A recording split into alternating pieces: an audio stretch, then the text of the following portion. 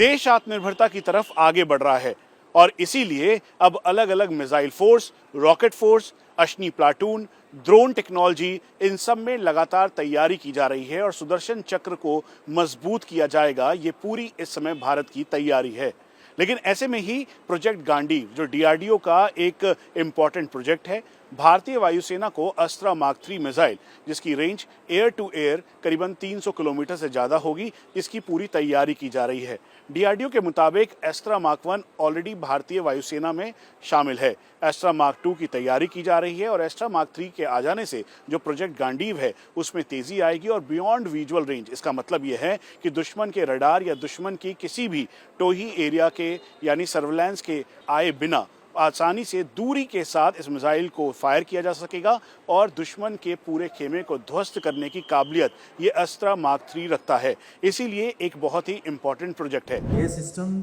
है इसका propulsion system है और is a very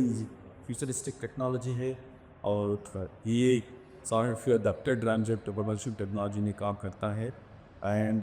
because of the high specific impulse of the propulsion system, इसका range beyond 300 kilometres we can achieve और ये फ्यूचर में गेम चेंजर होगा और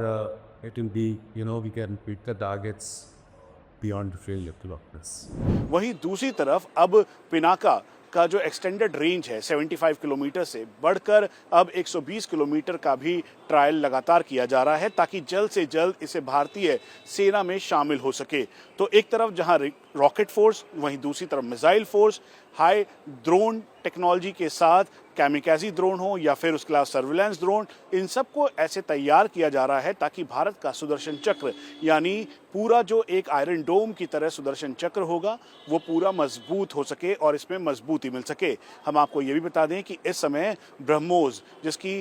रेंज लगातार बढ़ाई जा रही है, वो Su-30 के साथ इंडक्टेड है, लेकिन अस्त्रा मार्क 3 के आ जाने से इसमें और इजाफा होगा। तो वहीं पिनाका, जिसने अपना लोहा कई बार मनवाया है, अब पिनाका के एक्सटेंडेड रेंज जब भारतीय सेना में शामिल होगा तो सेना और वायुसेना दोनों और मजबूती की तरफ आगे बढ़ेंगी।